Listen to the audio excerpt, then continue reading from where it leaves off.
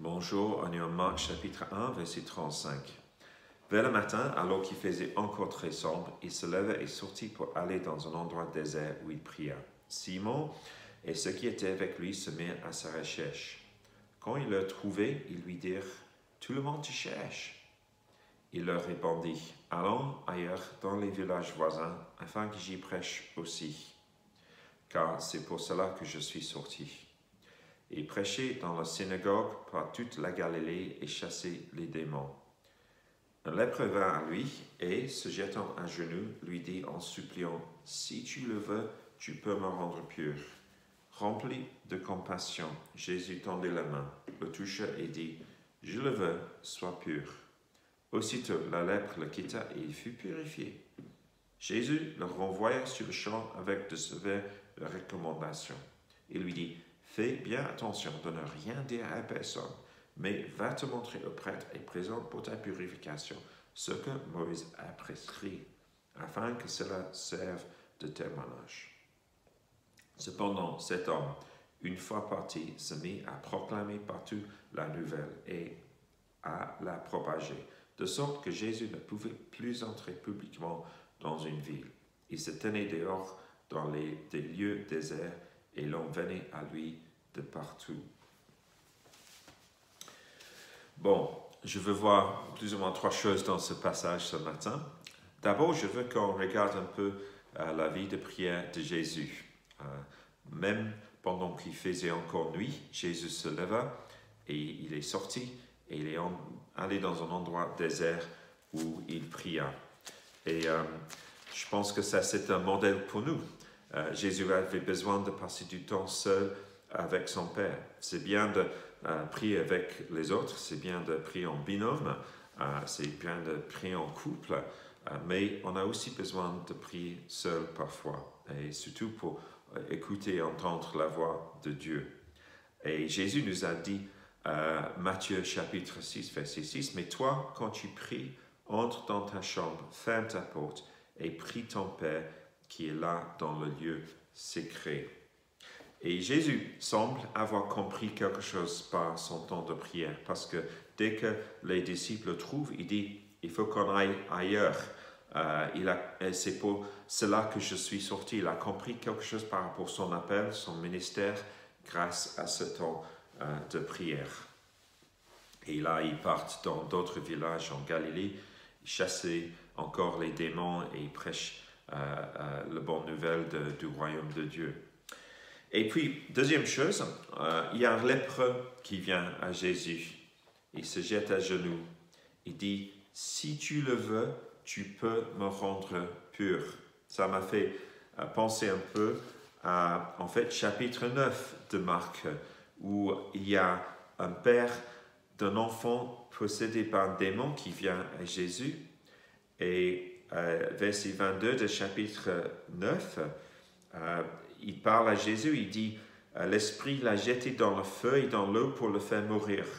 Mais si tu peux faire quelque chose, viens à notre secours, aie compassion de nous. » Et Jésus lui dit « Si tu peux, tout est possible à celui qui croit. » Donc, ce lépreux n'avait pas le problème de ce monsieur avec l'enfant possédé par un démon. Finalement, ce monsieur avait besoin de demander à Jésus de lui aider dans son incrédulité. Et Jésus a fait le miracle et a libéré son enfant. Mais bon, ce lépreux n'avait pas le problème de croire que Jésus pouvait faire ce miracle, mais il avait le problème de savoir est-ce que Jésus allait le faire pour lui, est-ce que Jésus était volontaire pour le faire pour lui. Et parfois, nous sommes comme ça. Parfois, en tant que chrétiens, nous regardons quelque chose dans la Bible, nous lisons quelque chose dans la Bible, nous lisons que Dieu nous aime, nous lisons que nous sommes une nouvelle création, nous voyons que, en fait, Dieu veut répondre à nos prières et on croit intellectuellement que Dieu peut le faire, Dieu peut faire tout ça. Ça, c'est pas le problème. Le problème, c'est que est-ce que Dieu veut le faire pour moi personnellement? Et c'était un peu le problème de ce monsieur. Et c'est très touchant la manière dont Jésus lui répond. C'est écrit, rempli de compassion. Jésus tendit la main, le toucha et dit, je le veux, sois pur. Jésus veut nous répondre. Dieu, c'est un Dieu qui est bon, qui veut nous faire du bien. Dieu, c'est un Dieu qui veut répondre à nos prières. Dieu, c'est un Dieu qui nous a rendus juste par ce que Jésus a fait à la croix. Donc, il n'y a pas d'obstacle dans le cœur de Dieu pour qu'il réponde à nos prières, pour qu'il vienne à notre secours. C'est un manuscrit, au lieu de dire rempli de compassion, dit rempli de colère. Et parfois aussi, peut-être par cette traduction, on peut comprendre un peu la colère de Jésus contre la souffrance humaine, la colère de Jésus contre le mal. Mais c'est soit compassion, soit colère.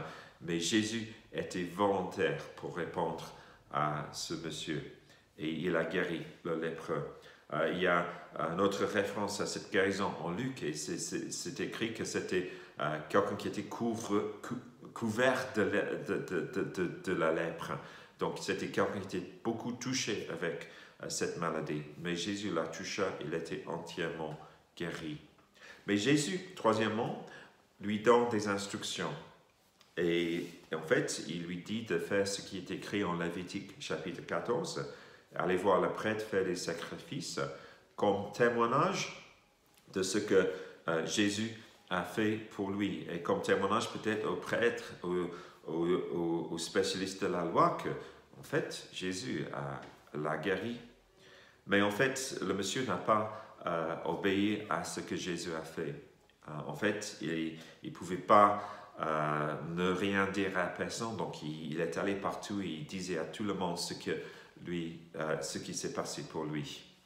Et je pense que, bon, on peut... et la conséquence de ça, c'est que Jésus ne pouvait plus aller dans une ville, il ne pouvait plus entrer dans les villes, il fallait qu'il fasse son ministère dans la campagne, dans les lieux déserts, parce qu'il y avait trop d'attention sur lui dans les villes. Je pense qu'on peut comprendre plusieurs choses de ça. Je pense qu'il y a une petite leçon pour nous par rapport à notre évangélisation, peut-être. Parfois, il y a de bonnes manières de faire et de mauvaises manières de faire. Il faut discerner ce que Dieu veut que nous fassions.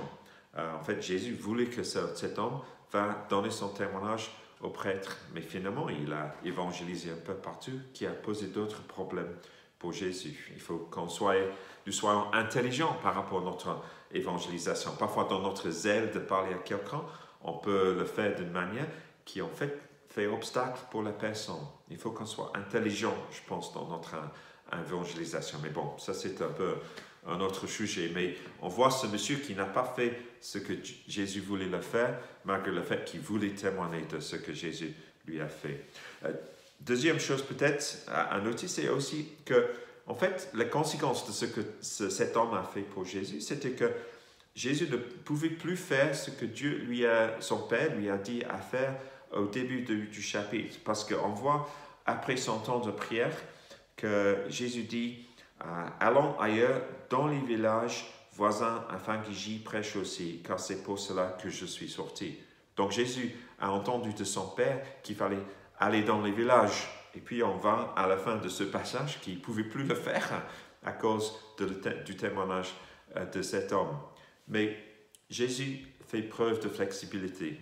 Jésus fait preuve d'adaptabilité dans les circonstances. Donc il continue à faire son ministère, mais pas dans les villes, mais dans les déserts, qui auraient été probablement plus compliqués pour Jésus, mais il le faisait. Il faisait preuve d'adaptabilité et de flexibilité. Et parfois, lorsqu'on nous entendons quelque chose de Dieu, il faut quand même qu'on ne soit pas trop fixe sur ce que nous avons entendu de Dieu. Parce que parfois, on entend quelque chose de lui, et puis on trouve que les circonstances ont changé, il y a un problème, on ne peut plus faire ce que nous avons pensé que Dieu nous disait de faire. Et lorsque ça arrive, je ne sais pas si vous êtes comme moi, on peut se dire, est-ce que j'ai bien écouté Dieu? Est-ce que j'ai bien entendu Dieu? Et peut-être, oui, peut-être on a bien entendu la volonté de Dieu. C'est juste que quelque chose est arrivé et les circonstances ont changé. Il faut, comme Jésus, que nous fassions preuve de flexibilité. On retourne vers Dieu, on on reprie, on cherche la volonté de Dieu et on trouve une autre manière de faire. Parfois, ça c'est nécessaire dans nos vies chrétiennes. Parfois, il ne faut pas être trop fixe sur quelque chose que Dieu nous a dit il y a des années, parce que la vie continue, les circonstances changent, et parfois, ce que Dieu nous a dit, il va falloir faire autrement. Et c'est comme ça que Jésus a dû faire dans un très court espace de temps à cause de ce que ce monsieur a fait. Donc voilà juste quelques pensées sur ce passage. Que Dieu vous bénisse et que Dieu vous aide à comprendre sa volonté pour votre vie aujourd'hui. Merci, au revoir.